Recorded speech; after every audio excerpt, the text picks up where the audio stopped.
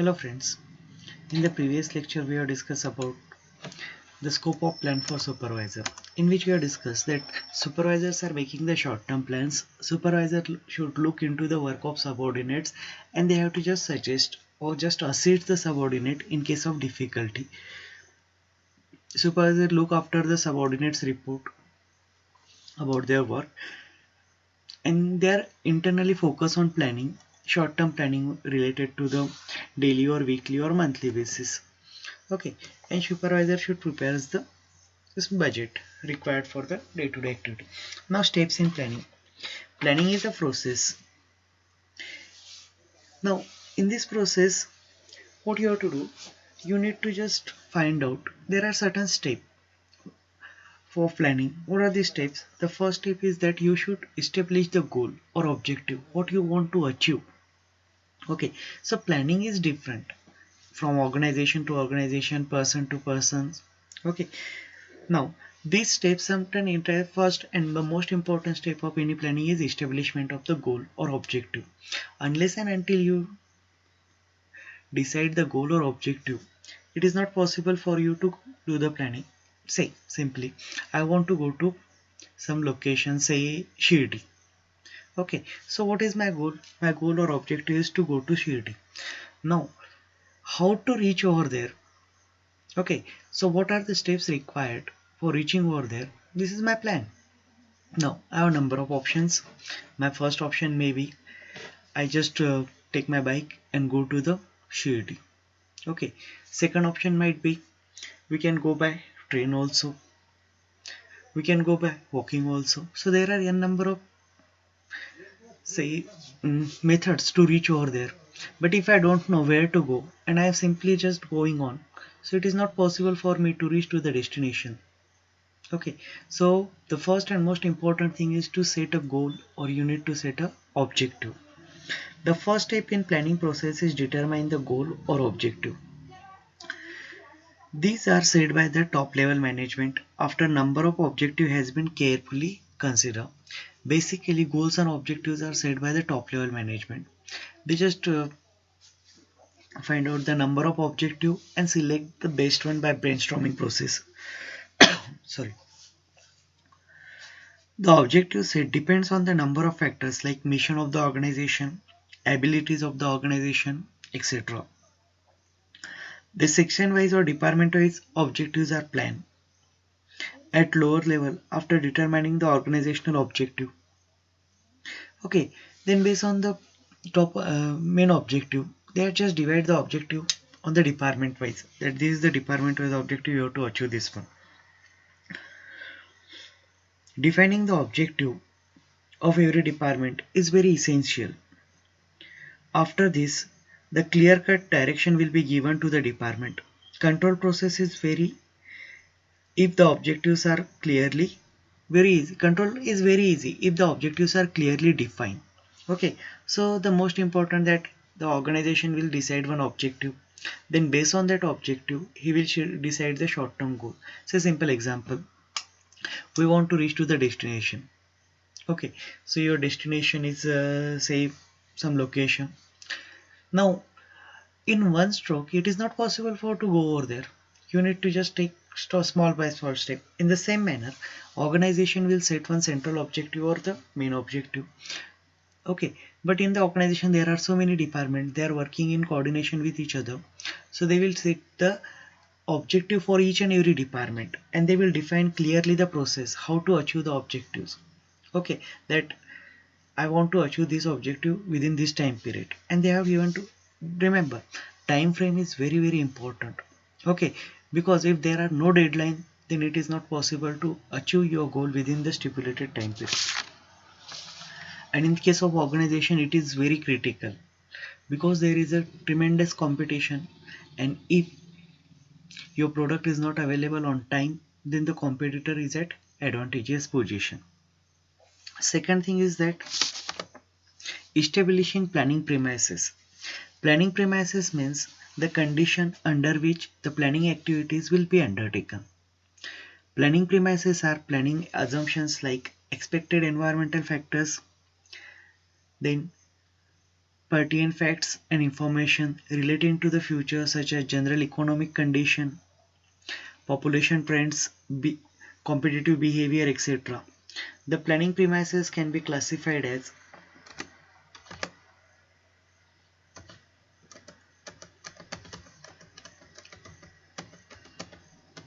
internal and external premises, tangible and intangible premises, controllable and non-controllable premises. Now we will discuss about the internal and external premises.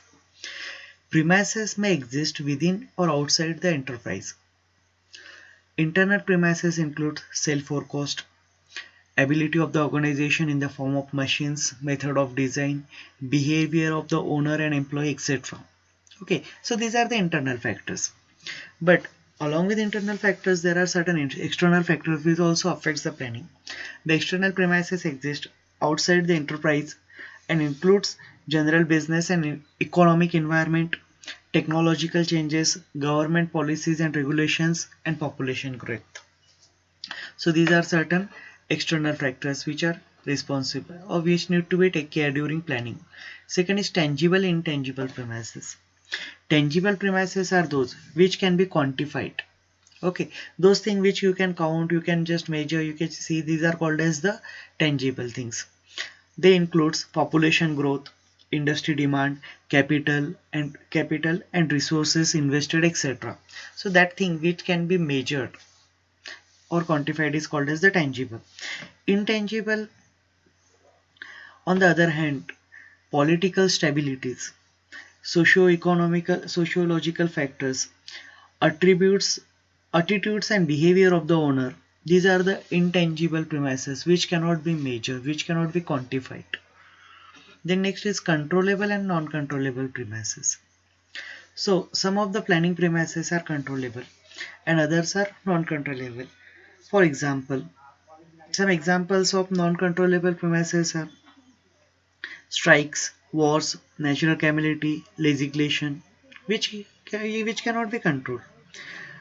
Because of the presence of non-controllable factors, organization has to revise the plan periodically in accordance with the current development. The controllable factors are availability of the resources, skill of the manager, labor, etc. The next step is the deciding of the planning period.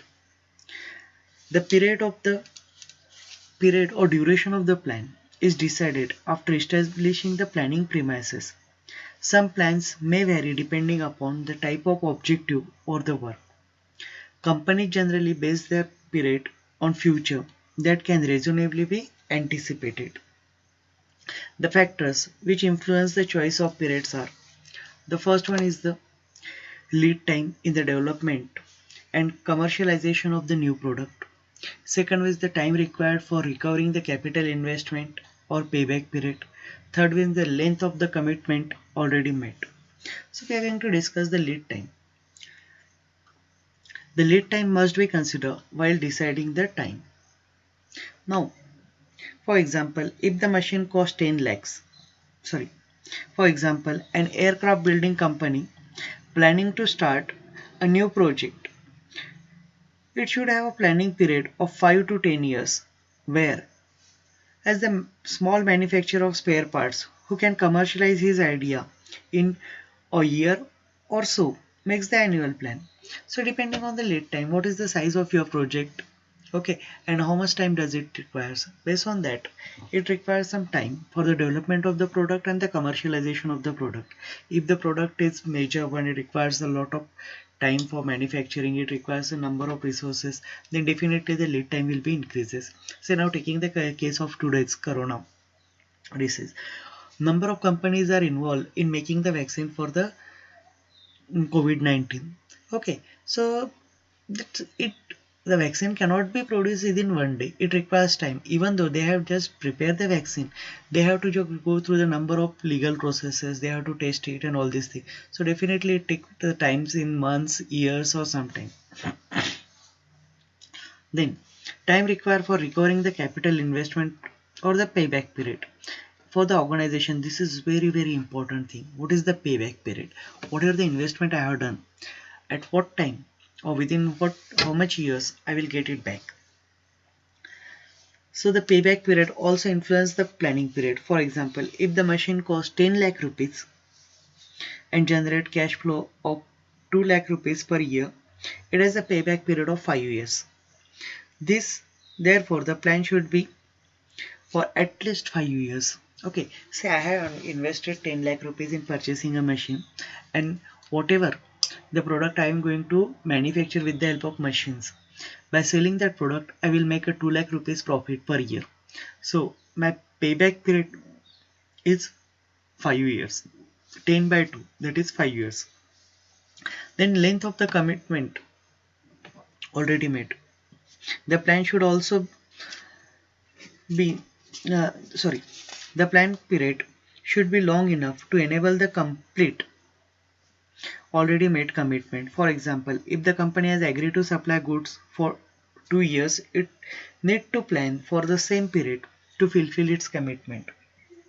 Basically what happened, if you already made the commitment that I'm going to supply the goods for continuously 2 years, you are just in contract with someone as a vendor, you are supplying to the your main organization.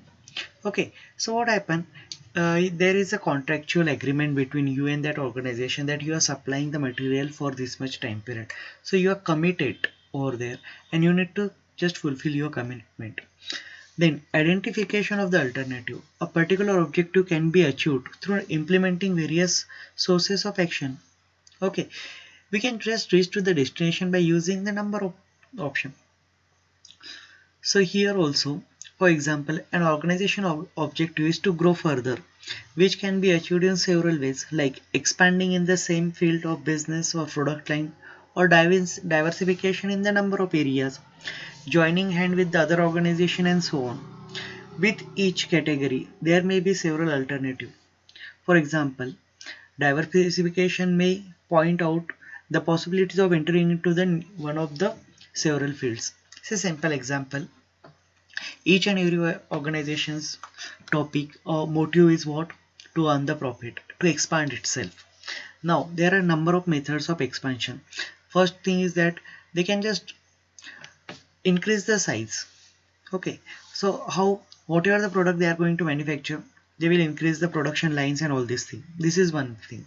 Say currently they are manufacturing 1 lakh units per annum, so they will go for modification of their productions line in such a way that they can go for 1.5 lakh or 2 lakhs per annum.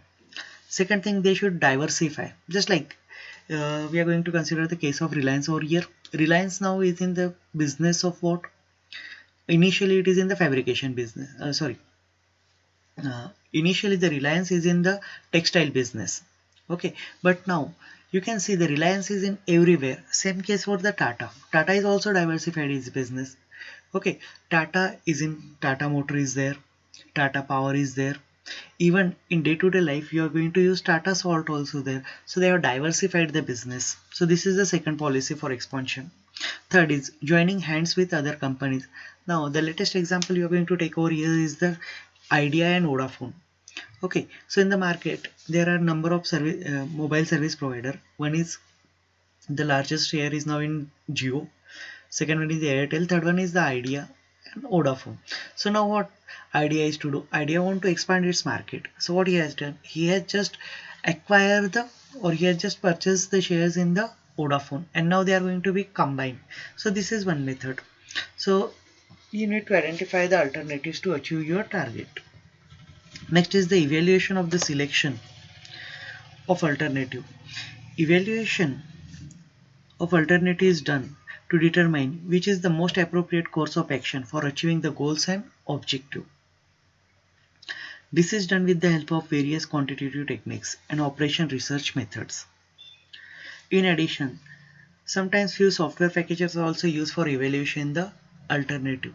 Now you have find out the alternative, you have number of alternatives available, but you want to select the best alternative. Say simple example you are going to take in your day-to-day life. You want to go to, say suppose, Shirdi. Now your target is fixed, you want to reach over there, but you have the number of alternatives how to reach to the Shirdi. You can go by walking, you can go by bicycle, you can go by bike, you can go by state transport bus, you can go by uh, private car, okay, or you can go by train.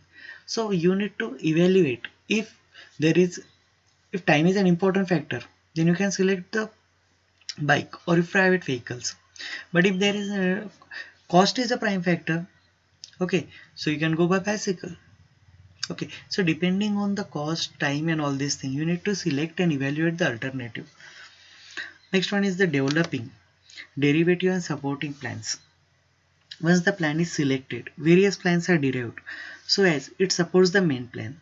The supporting plan may be done for buying equipment, buying raw material, etc.